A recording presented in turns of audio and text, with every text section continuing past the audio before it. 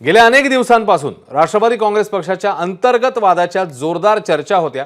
या सर्व चर्चांनंतर आज सुनेत्रा पवारांच्या उपस्थितीत देवगिरी या निवासस्थानी राष्ट्रवादीची बैठक पार पडली।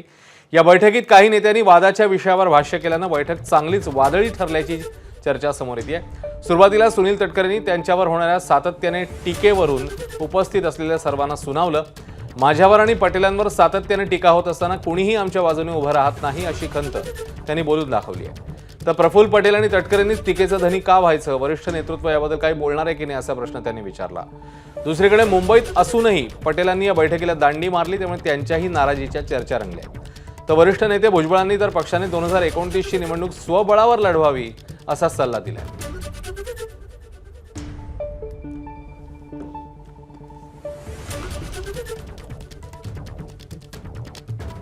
त्या बैठकीमध्ये तटकरे नेमकं काय म्हणाले आहेत ते पाहूया।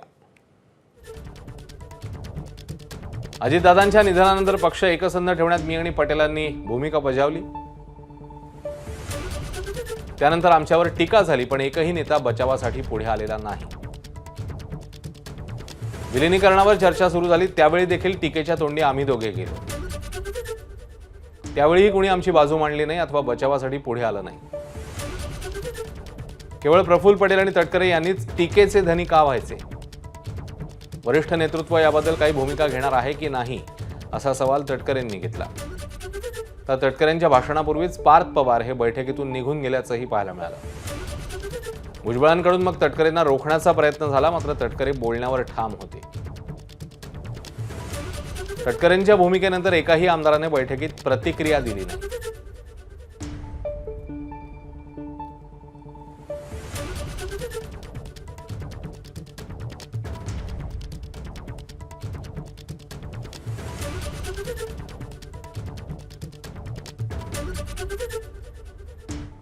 तर या सगळ्या संदर्भात आपण बोलणार आहोत। आपले प्रतिनिधी निलेश बुधावले आता आपल्यासोबत आहेत। निलेश, तटकरेंचं म्हणणं आपण ऐकलेलं आहे, बैठकीत काय बोलले ते त्यानुसार एकूणातच या बैठकीमध्ये नेमकं काय घडलं आणि हा सूर जर असेल तर त्यावर पक्ष नेतृत्वाचं अर्थात सुनेत्रा पवारांचं नेमकं काय म्हणणं होतं या संदर्भात काय अपडेट्स कळलेत का? अश्विन, राष्ट्रवादी काँग्रेस पक्षाची उपमुख्यमंत्री सुनेत्रा पवार यांच्या देवगिरी निवासस्थानी काही वेळापूर्वीच बैठक संपली। अजूनही अनेक वरिष्ठ नेते जे आहेत ते देवगिरी निवासस्थानी आहेत आणि या बैठकीमध्ये सर्व आमदारांना निमंत्रित करण्यात आलं होतं। मागच्या अनेक दिवसांपासून सातत्यानं ज्या पद्धतीनं सुनील तटकरे आणि प्रफुल्ल पटेल हे टीकेचे धनी होत आहेत आणि यावरूनच कुठेतरी एक मनातली खतखत आज सुनील तटकरे यांना या बैठकीमध्ये बोलून दाखवली। ही बैठक या चर्चेसंदर्भामध्ये भुजबळ यांना त्यांना रोखण्याचा प्रयत्न केला, मात्र आपण या विषयावर बोलणार अशा पद्धतीची स्पष्टपणे भूमिका जी आहे ती या ठिकाणी त्यांच्या वतीनं सुनील तटकरे यांच्या वतीनं मांडण्यात आल्याचं आपल्याला पाहायला मिळालं होतं।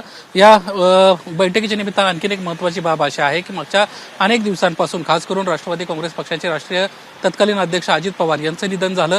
त्यानंतर पक्ष एक संघ ठेवून असेल, सुनेत्रा पवार यांना उपमुख्यमंत्री पदापर्यंत घेऊन जाणं असेल, त्यासोबतच राष्ट्रीय अध्यक्ष करणं असेल, या सगळ्या प्रक्रियेमध्ये प्रफुल्ल पटेल आणि तटकरे या दोघांना काम केलं होतं आणि ह्या सर्व गोष्टी करत असताना कायम टीकेचे धनी जे आहेत ते हे दोघेच राहिलेले आहेत। आणि त्यामुळे ज्या वेळेस आमच्यावर टीका झाल्या त्यावेळेस माझ्या बाजूनं किंवा प्रफुल्ल पटेल यांच्या बाजूनं कुणीतरी बोलणं अपेक्षित होतं। मग त्यामध्ये आमदार असतील, खासदार असतील किंवा पक्षाचे पदाधिकारी नेते असतील, यापैकी कुणीही आमच्या समर्थनात उतरत नव्हतं किंवा बोलत नव्हतं। याच अनुषंगानं आज एक आपल्या मनातली खतखत सुनील तटकरे यांना या बैठकीमध्ये बोलून दाखवलेली आहेत। छगन भुजबळ यांना त्यांना कुठेतरी रोखण्याचा प्रयत्न केला, मात्र त्यांना आपण बोलणार आणि या सगळ्या विषयाच्या अनुषंगानं आतापर्यंत जे काही झालं ते देखील आमदारांना कळायला हवं अशा पद्धतीची भूमिका मांडली। आजच्या बैठकीमध्ये आणखीन एक महत्वाची बाब समोर आलेली आहे।